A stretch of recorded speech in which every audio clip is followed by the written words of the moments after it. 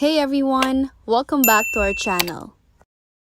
Today I'm going to show you how to remove notes feature on Instagram. First, open your Instagram. And then on the upper right part of your screen, tap on the message icon. And as you can see in here, the notes of my friends are posted here. Now, actually, we don't have an option to completely remove the feature of notes for Instagram, but what we can do is to mute the notes of every person that you see in here.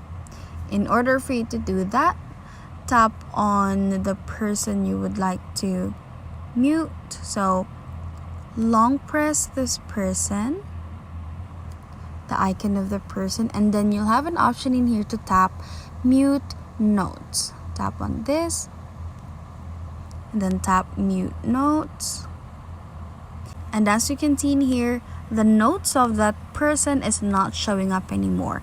So you just need to do that to the rest of your followers who posts Instagram notes, and you won't be able to see their notes here on top, just like you remove the feature of the Instagram notes.